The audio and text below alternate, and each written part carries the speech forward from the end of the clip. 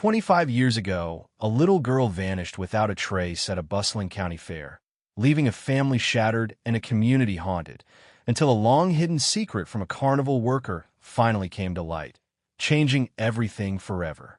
Before we dive into this gripping story, please let me know where you're watching from and share a quick comment down below. Your voice means so much. Now, let's begin. The Franklin County Fair had always been the highlight of summer in that quiet corner of Indiana. The kind of old-fashioned Americana spectacle where folks gathered not just for the rides and funnel cakes, but for the comfort of tradition. That July evening in 1999 had been particularly warm, the kind of sticky, golden twilight that clung to your skin and settled in your memory like a photograph you didn't know was being taken. Families lined the gravel paths with strollers and cotton candy. Teenagers giggled near the tilt-a-whirl, and the scent of roasted corn mingled with engine grease from the ride generators.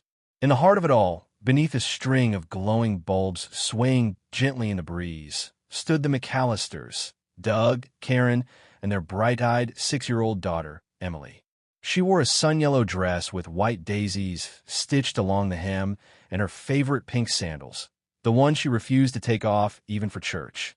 Her hair was pulled into two uneven pigtails, and her laughter bubbled like a creek as she darted between her parents' legs, tugging at their hands, begging for one more ride on the carousel. The sun was just beginning to dip below the horizon when they arrived at the ride. The carousel sat like a relic from another time, its chipped horses prancing beneath a canvas canopy, the music box melody warbling slightly off-key as it spun. Karen lifted Emily onto a white horse with a blue mane, tightening the safety strap as Doug stood back with his hands in his pockets, grinning at his daughter's joy. They had taken a dozen photos already that evening, Doug fumbling with his new digital camera, trying to capture something that was never meant to be preserved in pixels, only felt. When the ride began to spin, Karen stepped back beside him, brushing a mosquito off her arm. They watched as Emily waved, then ducked behind her horse, playing peekaboo with her mother. The carousel turned once, twice, 3 times, and when it slowed to a stop, Emily was gone. At first, it didn't register. Doug stepped forward, scanning the painted horses, thinking perhaps she had climbed down already. Karen moved in closer, calling her name with a forced cheerfulness that bordered on panic. Other children dismounted, rejoining parents with sticky fingers and sleepy eyes. But there was no Emily. Karen's voice rose a pitch. "Emily? Sweetheart." A teenage ride operator looked up, startled, then shrugged when Doug asked if he'd seen a little girl in a yellow dress. They checked behind the ride, under the platform, even inside the nearby photo booth. Nothing. Doug's voice turned sharp. Karen's hands trembled. They split up, running in opposite directions through the fairground. By the corn dog stand, behind the livestock tent, near the games where stuffed animals dangled like trophies no one cared about anymore. Minutes stretched into an hour. Word spread quickly among fairgoers. Volunteers began to help. Someone called the sheriff. A loudspeaker crackled overhead. "Attention fair guests. If anyone sees a 6-year-old girl named Emily McAllister, please notify security immediately." The fair, once vibrant and alive, now felt eerily frozen in place. Music continued to play, but it sounded distant, muffled. The carousel kept spinning, empty now, turning slowly like a clock winding down. Flashlights appeared as dusk deepened. Police formed search teams. Every trailer, tent, and booth was checked. They found one small clue: her pink sandals, neatly placed near the cotton candy stand. Karen collapsed to her knees when she saw them, sobbing into her hands. Doug stood rigid, his jaw tight, holding back something he knew, deep down, would never be undone. He had taken his eyes off her for a second. Just 1 second. By midnight, helicopters scanned the fairground and surrounding woods. Dogs were brought in from a nearby county. Emily's face was already printed on hastily made flyers, passed from hand to hand. Her photo, taken just 2 weeks earlier at her grandmother's house, showed her holding a plastic tiara and grinning with all the pride a 6-year-old could muster. It was pasted on poles and fences, on the side of a deputy's cruiser. People whispered. Some clung to hope, suggesting maybe she'd gotten turned around and was hiding somewhere. Others feared worse. The fair shut down early that night. The bright lights dimmed long before they normally would. But the McAllisters didn't leave. They sat on a bench near the carousel, staring at the empty ride, hoping she might come skipping back, sleepy and confused, with some silly story about chasing a balloon. But the hours passed, and Emily didn't return. The next morning, news vans lined the perimeter of the fairground. Reporters interviewed Karen, whose eyes were glassy, voice barely above a whisper. Doug didn't speak at all. The sheriff confirmed they were treating it as a possible abduction. They showed a sketch of a man seen near the carousel, tall with a red cap, but no one had gotten a good look. Fairground workers were questioned, but most were already packing up to move to the next county. One trailer had already gone. No one had taken down its plate number. By the end of the week, the fair had been dismantled, the laughter and music replaced by silence and suspicion. The search continued, but with fewer volunteers each day. Karen stayed home from work. Doug began sleeping on the couch. The pink sandals sat on the kitchen table, untouched. It was the last thing Emily had left behind. And though no one said it out loud, everyone knew something terrible had happened that night at the Franklin County Fair. And a family that had once been whole now sat with a wound no one could see, but everyone felt. In the months that followed Emily McAllister's disappearance, the McAllister home changed in ways that couldn't be measured with a yardstick or a calendar. The vibrant life that had once filled their modest ranch-style house outside of Bloomfield dimmed like the last embers in a fireplace. Emily's room, painted a soft lavender with hand-painted butterflies fluttering along the top border, remained untouched. Her stuffed bear still sat propped up on the pillow, smiling as if the child who once clutched it would be back any minute to tuck it under her chin. But she didn't return. And so the room became a place neither Doug nor Karen could bear to enter for more than a few moments at a time. It stood there, suspended, like a shrine to everything they'd lost. Doug stopped attending Sunday service. The pew near the back where they used to sit together, Emily, swinging her legs and humming off-key hymns, was now conspicuously empty. He returned to his job at the hardware store after a few weeks, but his eyes rarely met anyone else's. He moved slower, quieter. Colleagues stopped asking how he was because the answer was written plainly in his face. Karen, a substitute teacher at the local elementary school, couldn't bring herself to return at all. She couldn't face the rows of small desks, the brightly colored paper cutouts that decorated the walls each fall. She couldn't bear the sound of children laughing. The town, once close-knit and comfortingly predictable, seemed to fracture along invisible seams. Neighbors who used to linger over fences with sweet tea now gave tight-lipped nods and averted gazes.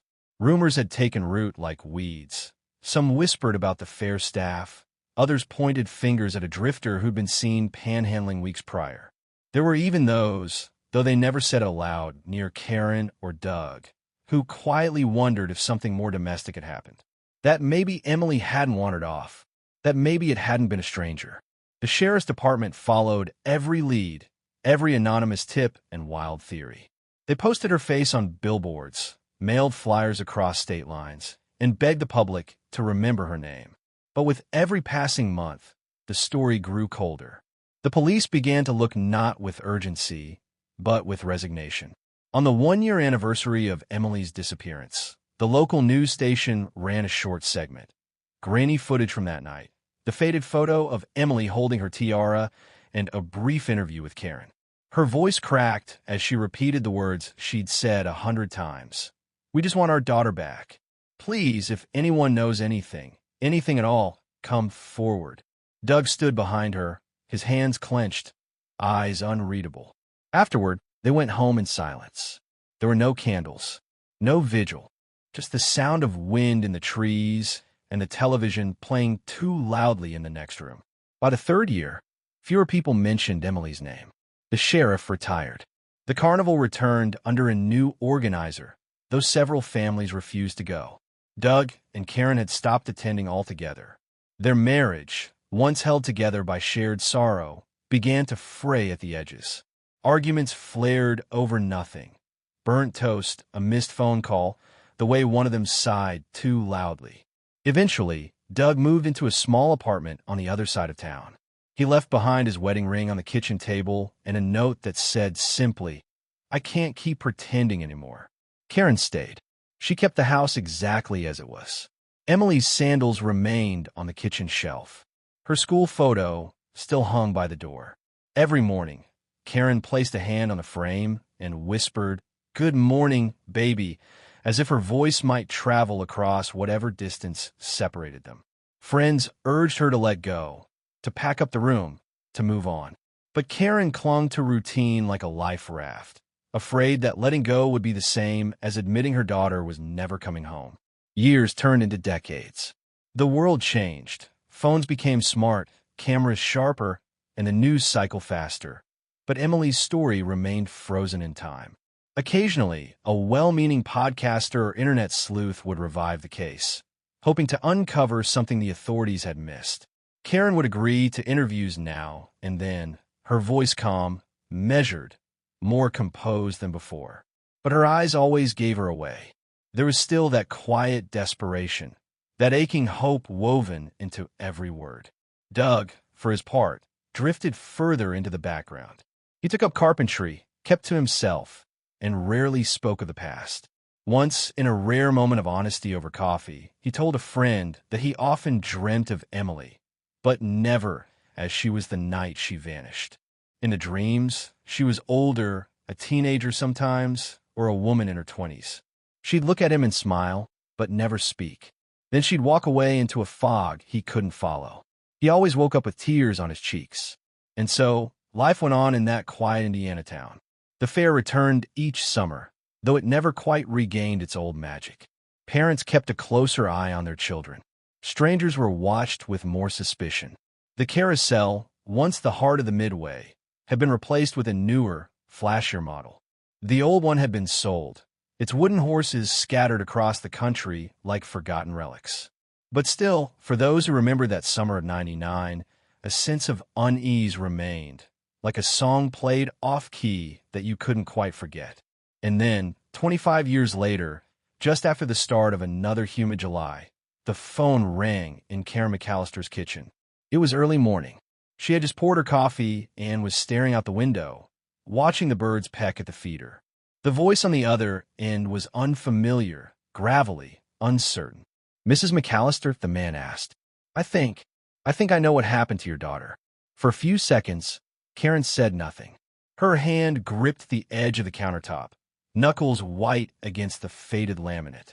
The coffee in her mug steamed quietly, forgotten, as her mind scrambled to make sense of the voice that had just cracked the surface of a silence 25 years thick. "Who is this?" she finally managed, her voice shaking but sharp. On the other end, the man sighed, a long, heavy exhale that carried the weight of something long buried. "My name's Leonard. Leonard Bryce. I used to work the fair. Back then, when a little girl went missing." Karen's breath caught in her throat.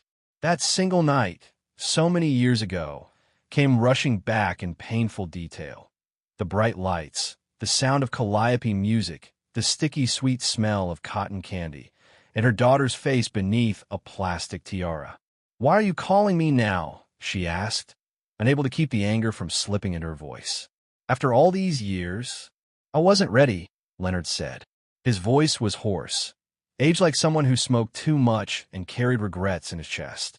"I tried to forget it. God knows I did. But I can't. Not anymore. I saw something that night.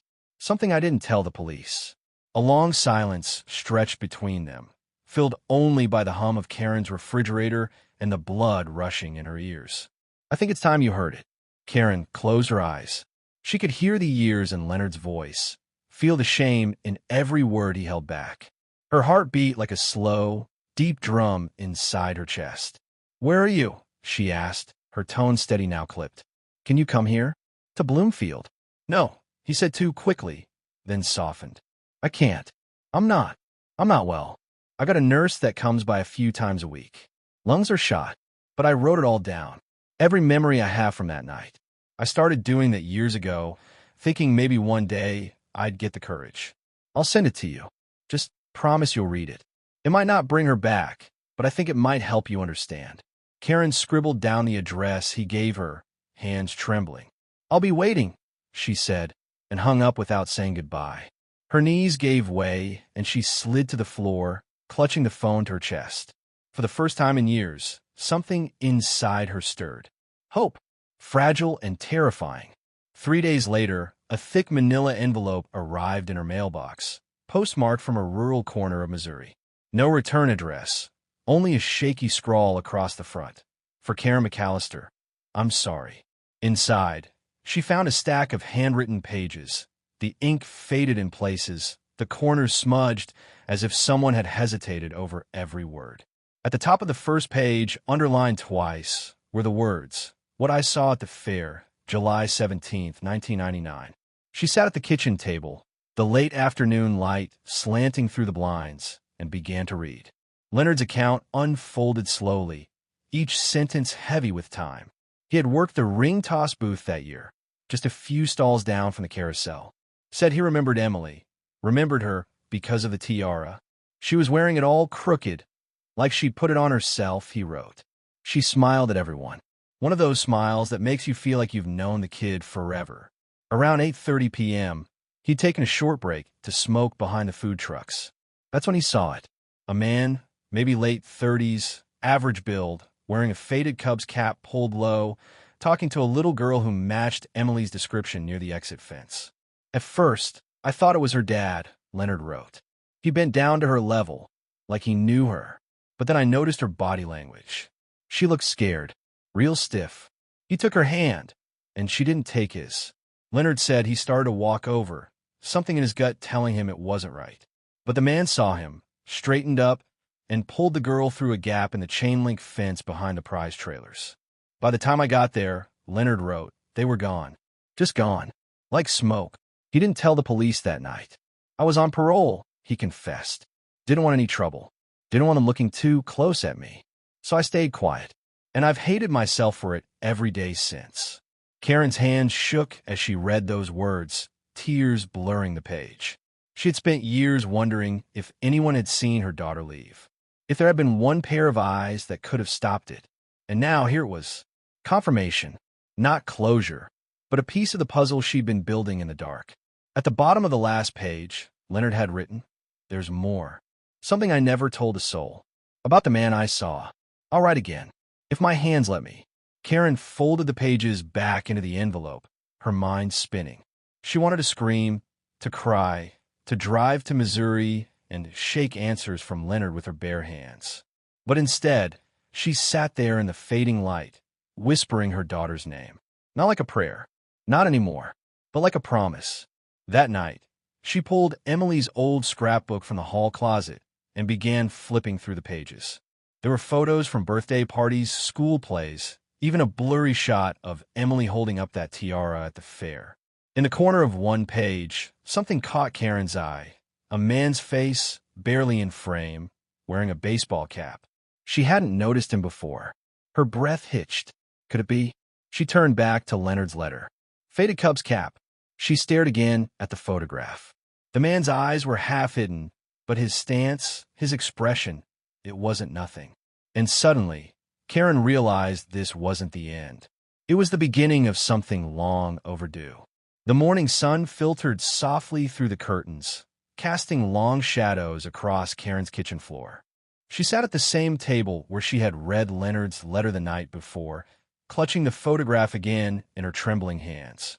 The image of the man in the Cubs cap haunted her. She hadn't been able to shake the feeling that the photo was more than just an ordinary snapshot. It was a silent witness, a whisper from the past she'd tried so hard to forget.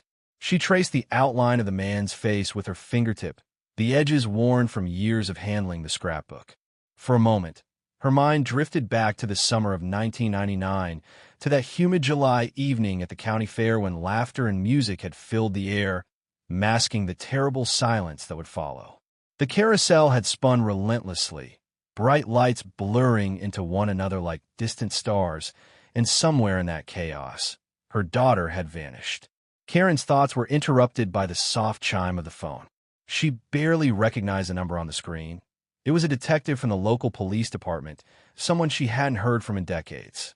Swallowing hard, she answered, Mrs. McAllister? Detective Harper here. I heard about your recent contact with Leonard Bryce.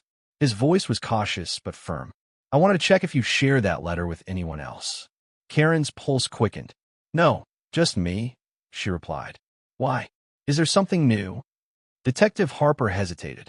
We've reopened Emily's case after Leonard's call. There's been new interest from the state police. We'd like you to come in and discuss what Leonard has shared and see if anything you can add might help. Karen felt a sudden swell of something she hadn't expected. Hope mixed with a fresh wave of grief. For all these years, she had been waiting for a sign, some thread of truth to follow in the tangled web of loss. Now, perhaps, there was a chance to finally pull that thread. I'll come in, she said quietly. When do you want to meet? Tomorrow morning, the detective replied. We'll be ready. The night before the meeting, Karen sat alone in her living room, the letter from Leonard lying on the coffee table in front of her. She thought about the years that had passed, the sleepless nights, the birthdays celebrated without her daughter, the empty chair at every holiday meal. But beneath the sorrow, a new determination began to burn. She wasn't just a grieving mother anymore. She was a seeker of truth. And for Emily, she would follow wherever that truth might lead. The next day, Karen walked into the police station with a mixture of anxiety and resolve. The walls, painted a dull gray, seemed colder than she remembered. Detective Harper greeted her warmly and led her to a quiet conference room. On the table lay a series of old case files, photographs, and newspaper clippings yellowed with age. Karen's eyes landed on one particular file, an image of a man in a Cubs cap. Her breath caught. It was the same man in the photograph from her scrapbook. We've never been able to identify him, Harper said softly. But Leonard's letter gave us a description and a timeline. We're hoping you can help us remember anything else. Karen closed her eyes, summoning memories long buried. She recalled the fairgrounds, the maze of booths and rides, the sea of strangers, the way her daughter's hand had slipped from hers like a leaf caught in the wind. That night, she began slowly. I remember seeing a man near the exit. He wasn't with us. He looked out of place. I didn't notice the cap back then, but now, I'm sure it's the same man Leonard described. Harper nodded, leaning forward. We believe this man may have been involved in Emily's disappearance. There were other witnesses who saw a suspicious figure that evening, but no one came forward until Leonard. It's possible he was part of a larger pattern we never uncovered. Karen's heart pounded. The idea that her daughter's disappearance might have been linked to something bigger was both terrifying and clarifying. What can we do now, she asked. We're re-interviewing Carnival workers from that year, Harper said, and we've sent the man's description to neighboring counties. We want to track his movements, see if he's connected to other missing children cases. Karen nodded, feeling a bittersweet sense of progress. She had spent so long in darkness. Now, a flicker of light illuminated a path ahead. She thought of Leonard again, his courage to speak out after so many years. Without him, this door might never have opened.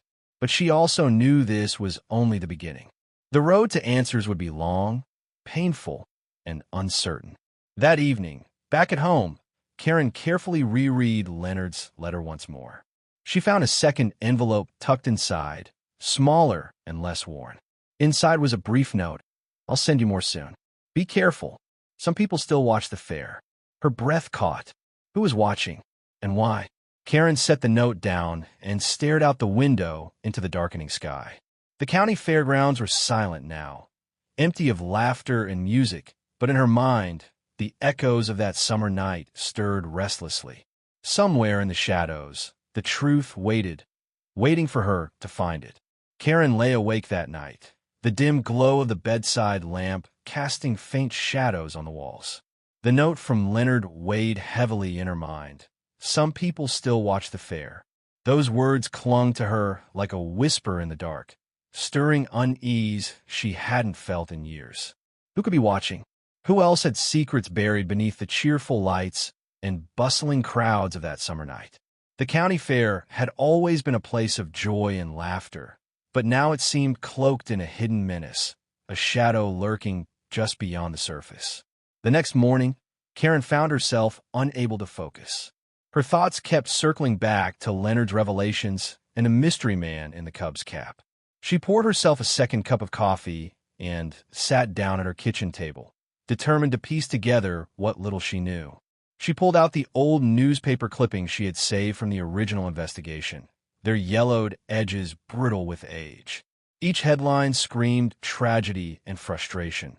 Local girl vanishes at county fair. Search continues for missing child. No leads in Emily's disappearance. The articles were painfully familiar, but now they took on a new weight, colored by Leonard's confession. Karen noticed something she hadn't before. Several other children had disappeared from nearby fairs and carnivals in the surrounding counties during the late 1990s.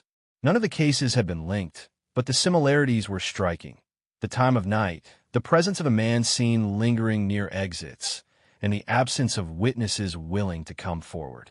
Was it possible that the man Leonard described was part of something larger? A network operating in the shadows of America's summer festivities? Determined to find out more, Karen called her sister, Maggie, who still lived in Bloomfield. Maggie had been a constant source of support during those dark years, and Karen trusted her implicitly. "Maggie," she said, trying to keep her voice steady, "do you remember anyone suspicious working at the fairs back then? Anyone who just didn't fit?" Maggie paused before answering. "There was a guy, I think. A carnival worker named Tom, or Tim. He wasn't popular, always kept to himself, and people said he was creepy, but no one ever really accused him of anything." Karen's heart raced. Could this have been the man Leonard saw? She scribbled down the name, feeling a mix of hope and dread. If this man was still alive, was he connected to the decades of silence and pain? That afternoon, Karen visited the Bloomfield Library, where Old Town records and newspapers were archived. Hours slipped by as she scoured microfilm reels, searching for any mention of this mysterious carnival worker. She found sporadic references. A Tom Willis listed as a fair employee in 1998 and 1999, but little else. No criminal record, no arrests, nothing to tie him to the disappearances. But something about the name struck a chord. She remembered the way Leonard described the man's cautious movements, the way he vanished through a fence like smoke. Karen returned home exhausted but undeterred. She sat down at her computer and began an online search, digging into public records, old court cases, and news articles across the state. She discovered a faint trail. Tom Willis had moved frequently, drifting from town to town, always working at fairs and carnivals. His trail ended abruptly in 2002 when he disappeared from all records. It was as if he'd evaporated into thin air. A cold shiver ran down Karen's spine. The man Leonard saw, the man her sister had whispered about, had vanished the same way her daughter had. The pieces were coming together, but the picture was still incomplete. Karen knew she needed help, someone with the resources and experience to dig deeper into this shadowy world. She reached out to a retired FBI agent she had met years ago, someone who specialized in cold cases involving missing children. Agent Walters listened intently as Karen recounted Leonard's letter, the photograph, and the web of suspicion she'd uncovered. "You're onto something," Walters said gravely. "These cases often involve predators who move from town to town, using events like fairs as hunting grounds. But connecting the dots takes time and a lot of digging." Over the next weeks, Karen worked closely with Walters, sharing everything she had. They mapped the disappearances, cross-referenced witness statements, and compiled profiles. Slowly, a disturbing pattern emerged. A predator operating under the guise of carnival life, hidden in plain sight. For Karen, every new fact was a fresh wound and a flicker of hope. One evening, as she sat reviewing Leonard's letter once more, her phone buzzed with a new message. It was from Leonard. "I have one more thing to tell you. Something I was too afraid to say before. Call me if you want to know." Karen's fingers trembled as she dialed his number. This time, she was ready to hear everything. Karen's heart pounded as the phone connected, the faint static crackling between the two voices. "Leonard," she whispered, barely believing she was finally hearing from him again. "Thank you for calling." His voice, rough and cautious, carried the weight of years spent hiding a terrible secret. "Karen, I owe you the truth. It's time I tell you everything." For a long moment, silence hung heavy, as if the ghosts of the past were holding their breath. Then Leonard began. Back in '99, I was working the rides near the Ferris wheel the night Emily disappeared. I saw the man in the Cubs cap. You know that much. But there's more. That man wasn't just some stranger. He was part of a group that traveled with the carnival. They were dangerous. They took kids. Karen's stomach clenched, the words cutting deeper than she'd imagined. How do you know? She asked, voice shaking. Did you see them? Leonard's voice dropped to a whisper. I did. I was scared, Karen. I was just a kid myself, working to get by. But I couldn't ignore what I saw. One night, I overheard them talking, plans, names, and places. They were predators, moving from town to town, using the carnival as a cover. Emily wasn't the only one. I was terrified to speak out. They threatened me, but I couldn't live with the guilt any longer. Tears welled in Karen's eyes. After all these years, someone was finally speaking the truth she had prayed for in silence. Why now, Leonard? Why after all this time? I'm sick, Karen. I've got nothing left to lose, he admitted, voice heavy with regret. I want to help. I want to make things right if I can. Karen took a deep breath, steadying herself. We need to get you to the police. This could reopen the case, bring the others home. But you need protection. These people, they don't forget. Leonard nodded solemnly. I'm ready. I want to help you find Emily. They arranged to meet the next day at a local diner, a neutral place where Leonard could feel safe. Karen spent the night restless, the promise of answers mingling with fear. The past was coming alive again, but this time, she wasn't alone. When she arrived at the diner, Leonard was already there, looking older and more fragile than his photo had shown. His eyes held a haunted depth, but also a flicker of hope. Over coffee, Leonard recounted everything he could remember. Names whispered in shadows, suspicious faces, secret meetings behind the tents. He described the man in the Cubs cap as the leader, a man who commanded respect and fear. Karen listened intently, committing every detail to memory. Leonard's stories matched pieces of evidence that had long puzzled investigators. He spoke of a hidden network within the carnival, people who exploited their positions to hide in plain sight. They had ways of silencing anyone who got too close, Leonard said grimly. That's why Emily disappeared. She saw something she shouldn't have. As Leonard spoke, Karen felt the pieces of her shattered past begin to fit together. The carnival wasn't just a place of fun and lights. It was a front for something dark and sinister. But now, with Leonard's courage, the darkness had been exposed. Over the coming days, Karen and Leonard worked closely with Detective Harper and Agent Walters, sharing information and strategizing next steps. Leonard agreed to give a full statement, and the authorities promised protection for him and any others willing to come forward. For the first time in 25 years, Karen dared to imagine a future where Emily's story might be told, where justice might be served. But she also knew the path ahead would be difficult and dangerous. The shadows of the carnival still stretched long, and those who hid in them would not surrender easily.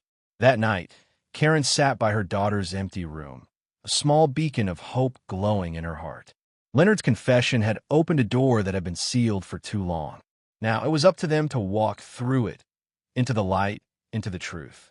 The morning sun filtered through Karen's kitchen window, casting a soft glow on the cluttered table where she and Detective Harper had spread out Leonard's notes, photographs, and old news clippings. The room buzzed with a renewed sense of purpose, a mix of anxious anticipation and cautious hope. After all those years of silence and despair, the investigation was finally coming alive again. Detective Harper, a seasoned man with graying hair and eyes that had seen too much pain, was methodical. He paced slowly, reviewing Leonard's detailed descriptions of the carnival's shadowy figures and their movements. This is the kind of information we needed all along, he murmured. It's the missing link. Karen sat quietly, absorbing every word, every detail. Her heart still ached for Emily, but now it was tempered by the knowledge that she was not alone in this fight. Leonard's courage had cracked open a door that many had feared to approach. The carnival workers' testimony could finally unravel the web that had kept Emily's fate a secret for so long. The investigation team began by cross-referencing Leonard's accounts with cold case files from neighboring counties. Similar disappearances, once dismissed as unrelated or unsolvable, now revealed a chilling pattern. The predators had used the Carnival circuit as their hunting ground, exploiting the transient nature of their work to avoid detection. It was a grim reminder of how evil often hides behind the guise of innocence. Detective Harper made calls to former Carnival employees, some of whom had since left that life behind. Many were reluctant to talk, haunted by their own memories and fears. But a few, encouraged by Leonard's bravery, began to share fragments of information, odd behaviors, unexplained absences, and whispered warnings. Karen found herself in the middle of a world she had never imagined, a world where trust was scarce and danger lurked beneath the bright lights of the fairgrounds. She attended meetings with the investigators, offered what support she could, and waited for the day when the truth would finally surface. One afternoon, a breakthrough came. A retired Carnival operator named Bill Reynolds, who had worked alongside Tom Willis in the late 90s, agreed to speak. His memories were foggy but telling. Bill confirmed that there had been tension within the group, that Willis had been secretive, and that certain incidents were quietly covered up to protect the Carnival's reputation.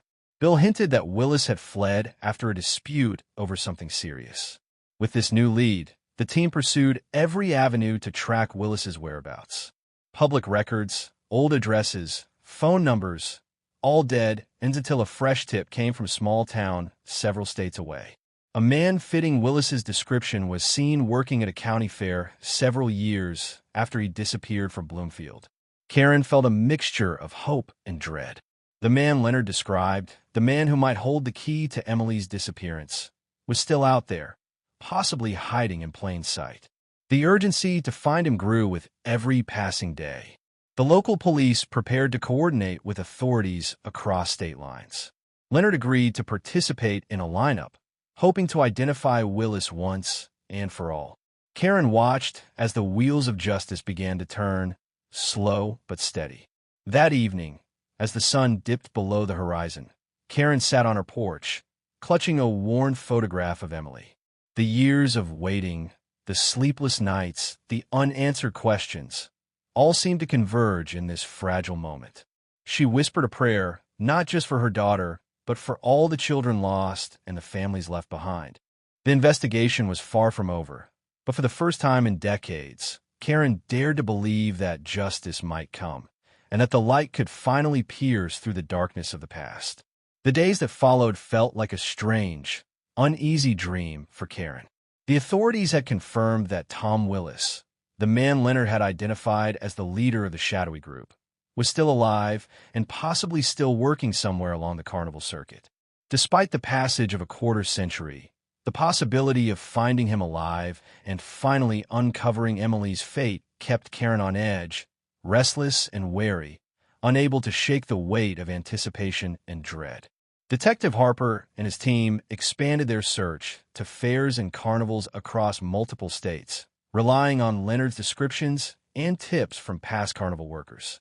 They pieced together Willis's movements, slowly drawing closer to his current whereabouts. Yet every lead was met with roadblocks, aliases, false identities, and the inherent secrecy that cloaked the carnival world. Karen often thought about the man she was chasing. She pictured Tom Willis, a man who had spent years living in the shadows, hiding from the law and from the truth. What kind of person could orchestrate such horror, and how had he escaped justice for so long? These questions haunted her, yet her determination never wavered. Meanwhile, Leonard struggled with his own fears. Each time he shared more information with the police, he risked drawing attention to himself. He confided in Karen about nights filled with nightmares and paranoia, constantly looking over his shoulder. "They never forget," he told her once, voice trembling. "They still watch." But Leonard's courage was unbreakable, and Karen admired the strength he showed despite his fears. Together, they became partners in this painful journey, bound by a shared goal: to bring closure and justice after all these years. The investigation took a critical turn when surveillance footage surfaced from a recent county fair in a neighboring state. The images were grainy but unmistakable. Tom Willis, older but unmistakable, working as a ride operator, blending seamlessly into the carnival's busy chaos. The discovery sent ripples through the police force and reignited a flurry of activity. Plans were quickly made for a coordinated operation to apprehend Willis. Officers worked in secret, careful not to alert him or the others who might be involved. Karen was advised to stay away from the site for her safety, but her mind was fixated on the man she hoped to see behind bars, finally held accountable for decades of pain. On the day of the operation, Karen sat quietly at home, listening to the news with bated breath. Hours later, a call came. Willis had been arrested without incident. The relief that flooded Karen's heart was overwhelming, tempered by the reality that the hardest part was still ahead: uncovering the truth about Emily's fate. At the police station, Willis was brought in for questioning. His demeanor was cold and defiant, but beneath the surface, something seemed fractured. He denied involvement in any crimes, but the mounting evidence and testimonies from Leonard and others painted a damning picture. Karen followed the proceedings closely, feeling as if the past and present were colliding in a fragile dance of hope and despair. Every piece of information brought her closer to the truth, but also forced her to confront the unbearable possibility that Emily might never come home. Despite the fear and uncertainty, the arrest was a beacon of progress.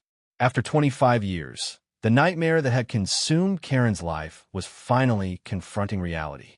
The long journey toward healing had begun.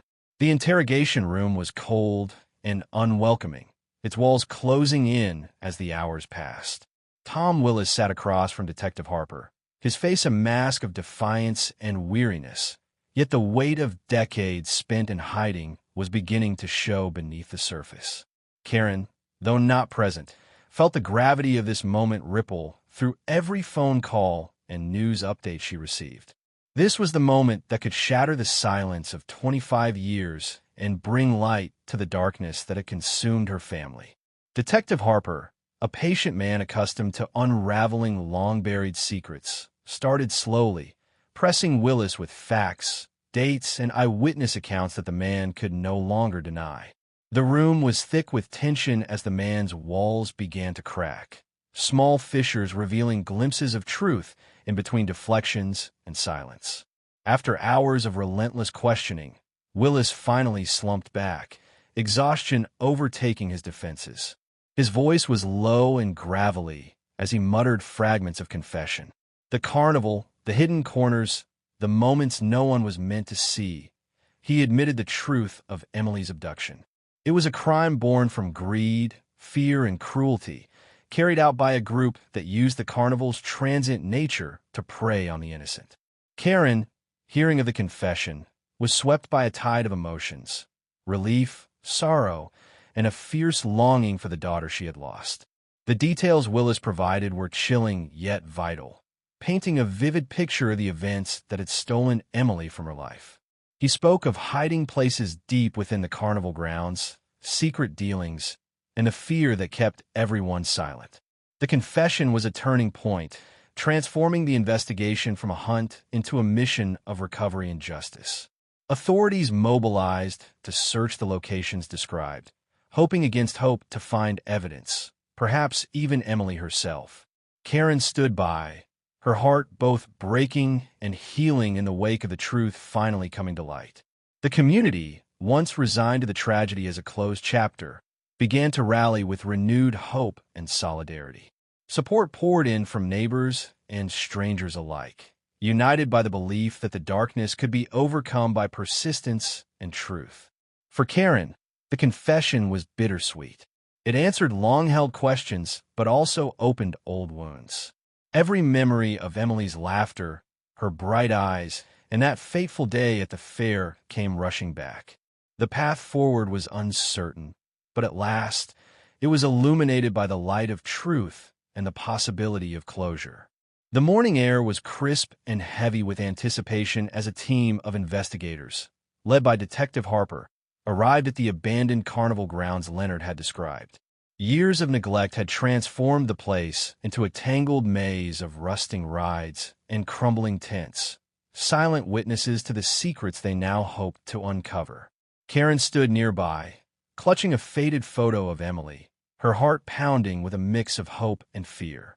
The search began methodically, every inch of the site scoured with meticulous care. Hidden compartments and forgotten tunnels, long concealed beneath layers of dust and decay, slowly revealed themselves under the persistent hands of the investigators. The silence was broken only by the crunch of footsteps and the occasional murmur of discovery. Hours passed before a call crackled over the radio. A small, weathered box had been found beneath the wooden floor of what used to be the funhouse. The room fell silent as the team gathered around, the weight of history pressing down on them. Inside the box were personal belongings, a worn bracelet, a child's notebook filled with scribbles and drawings, and a small locket engraved with Emily's initials. Karen's hands trembled as she held the box, tears streaming down her face. It was as if a piece of her daughter had been returned, a tangible link to the child she had lost all those years ago. The discovery confirmed what the confession had hinted at, that Emily had been kept close, hidden in plain sight, trapped within the Carnival's dark underbelly. The investigators continued their search, unearthing more clues that painted a picture of captivity and fear. Faint traces of life, crumbled clothing, worn shoes, spoke to the harsh reality Emily had endured. The community, watching from afar, held its breath as hope rekindled amidst the ruins. For Karen, every new piece of evidence was both a balm and a blade. The pain of loss was raw, but the knowledge that the truth was finally emerging brought a fragile sense of peace. She found solace in the support of friends, neighbors, and strangers, their shared grief turning into collective strength. As dusk settled, the team regrouped, their resolve hardened by the day's findings. The journey to uncover the full story of Emily's disappearance was far from over, but the path was clearer now. The shadows that had cloaked the carnival for decades were lifting, and with them, the promise of justice and healing. The days following the discovery were a whirlwind of activity and emotion. The evidence gathered from the abandoned carnival had finally given the investigators something concrete to hold on to, but the most profound moment was still to come. After months of searching and interrogations, a breakthrough arrived that would change Karen's life forever. Emily was found, alive. The news came like a tidal wave, crashing into Karen's heart with overwhelming force. Emily, now a woman in her late 20s, had been living under a different name in a small town several hundred miles away. The years of silence, the long nights of unanswered questions, were shattered by a single phone call from Detective Harper. He told Karen that Emily had agreed to meet her, to face the past and the family she had been ripped away from so long ago. The reunion was set in a quiet, neutral location, chosen carefully to protect both mother and daughter. Karen's hands trembled as she waited, clutching a scarf Emily used to wear when she was a child. When Emily walked through the door, Karen barely recognized her at first. The woman was a stranger and yet, unmistakably her daughter. There were tears, soft cries, and hesitant smiles as years of separation melted away in an instant. Emily's voice was soft but steady as she shared fragments of her life, how she had escaped, the years she had spent trying to build a new identity, and the fears that still haunted her. Karen listened with a mixture of sorrow and relief, grateful beyond words that her daughter had survived, but aching for the stolen years they could never reclaim. The community, touched by this incredible reunion, offered their support in quiet, heartfelt ways. For Karen and Emily, the journey toward healing had only just begun. The scars of the past remained, but the future now held a fragile promise of peace and connection. As they embraced, the world seemed to pause, a moment suspended in time where love conquered loss and hope outshone despair.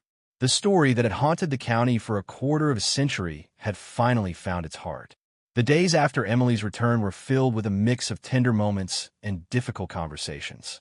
Karen and Emily both knew that the journey ahead wouldn't be simple or swift. 25 years of separation had woven a complex tapestry of emotions. Love intertwined with pain, joy shadowed by grief, hope tempered by uncertainty. They faced the daunting task of reconnecting not just as mother and daughter, but as two people who had lived vastly different lives, marked by loss and survival. Karen's home, once silent and shadowed by absence, began to fill with cautious laughter and whispered memories. Emily explored every corner, touching the furniture and photographs as if rediscovering a world that had once belonged to her. Yet beneath the surface, the trauma of captivity lingered, visible in the quiet moments when Emily's gaze would drift or her voice falter. Karen was patient, knowing that healing required time, understanding, and love without conditions. Therapy sessions, both individual and together, became a vital part of their new life. They navigated the complex emotions of reunion, the anger at stolen years, the sorrow for lost childhood, the fragile hope for a future where the past no longer controlled them. The community support remained a steady presence, neighbors offering kindness, friends providing quiet strength, all acknowledging the courage it took to face such wounds. Karen found strength in advocacy, determined that no other family should endure what they had. She spoke at community meetings, raising awareness about child safety and the importance of vigilance. Emily, too, found a voice, sharing her story with trusted groups, turning pain into purpose by helping others find hope. The Carnival workers' confession had opened a door not only to justice, but to renewal. Though the scars remained, Karen and Emily began to build a life where love and resilience prevailed. The shadows of the past were still there, but now they walked forward together, step by step, toward a future shaped by healing. The courtroom was filled with a solemn hush, the weight of years pressing heavily on everyone present. The trial of Tom Willis, the Carnival worker whose confession had reopened wounds and hopes alike, was finally underway. For Karen, sitting in the front row, it was more than just a legal proceeding. It was a reckoning, a chance to confront the past and demand accountability for the life stolen from her family. The prosecution laid out a detailed account of the crime, supported by the evidence uncovered at the Carnival grounds and Willis's own admission. Witnesses, including former Carnival workers and local residents, testified about the suspicious activities and the fearful silence that had allowed the crime to go unpunished for so long. The courtroom buzzed with tension as the layers of deception and neglect were peeled back. Willis's defense was weak, his attempts to minimize his involvement crumbling under the weight of truth. The judge's stern demeanor reflected the gravity of the charges: kidnapping, unlawful imprisonment, and years of trauma inflicted on a child now finally found. Karen listened intently, her heart pounding as justice seemed within reach. The community rallied outside the courthouse, their presence a testament to shared grief and support. For many, this trial was a painful reminder of a dark chapter, but also a symbol of resilience and the power of truth. As the verdict was read, guilty on all counts, a collective sigh of relief echoed through the crowd. In the quiet moments after the trial, Karen found herself reflecting on the long journey that had brought her here. The pain, the uncertainty, the relentless search, it had all led to this moment of closure.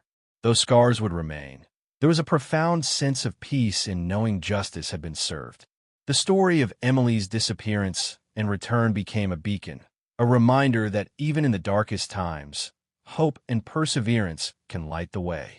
Karen and Emily faced their future with a newfound strength, carrying forward the lessons of their past, bound by love and the unbreakable bond of family. Years had passed since that fateful day when the Carnival workers' confession shattered a quarter-century of silence and despair. Karen and Emily, once separated by an unimaginable tragedy, had forged a new life together, one built not on the shadows of the past, but on the fragile yet unyielding hope of the future.